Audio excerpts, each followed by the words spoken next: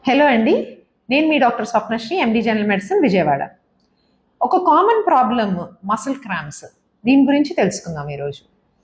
Muscle cramps అనేది రకరకాల కారణాల మూలం రావచ్చు. అది ఎట్లా ఉంటుందంటే పిక్కల దగ్గర, లేకపోతే తొడల దగ్గర, లేకపోతే కాళ్ళు పాదాల్లో మసిల్ పట్టేసి కొంకరలు పోయి ఒకదాని మీద ఒకటి ఎక్కేసినట్టు, రక్తం తగ్గిపోయినట్టు అట్లా అనిపిస్తుంది.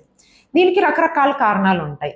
మోస్ట్ సింపుల్, ఈజీగా అర్థం అవ్వడానికి ఏంటంటే అక్కడ బ్లడ్ సర్క్యులేషన్ తగ్గడం, లేదు నర్వ్ కంప్రెషన్ అంటే నర్వ్ మీద ఒత్తిడి పడడం, లేదు ఓవర్గా మసిల్ వాడేసి అంటే ఎక్సెస్గా ఎక్సర్సైజ్ చేసిన తర్వాత ఇట్లాంటివి కామన్గా వచ్చే ప్రాబ్లమ్స్. ఇది కాకుండా కాల్షియం, మెగ్నీషియం, పొటాషియం ఇట్లాంటి బాడీలో తగ్గినప్పుడు, అంటే సమ్మర్లో బాగా వేడిలోకి వెళ్ళినప్పుడు తగ్గుతాయి కదా, అట్లా కూడా జరగవచ్చు. అది కాకుండా వైటమిన్ B12 బాడీలో తగ్గినప్పుడు జరగచ్చు.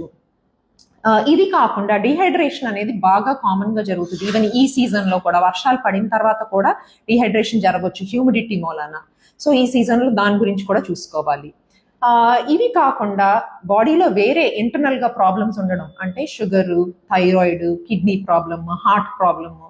ఇది కాకుండా ఆటిల్కి వాడే మెడిసిన్స్ కాదు, హార్ట్ కిడ్నీకి వాడే మెడిసిన్స్ మూలాన వచ్చే ప్రాబ్లమ్స్. ఇవన్నీ కాకుండా కొందరికి ఫ్యామిలీలో వస్తుంది జెనెటిక్గా మసిల్ క్రాంప్స్. ఇవన్నీ కారణాలు ఉండొచ్చు.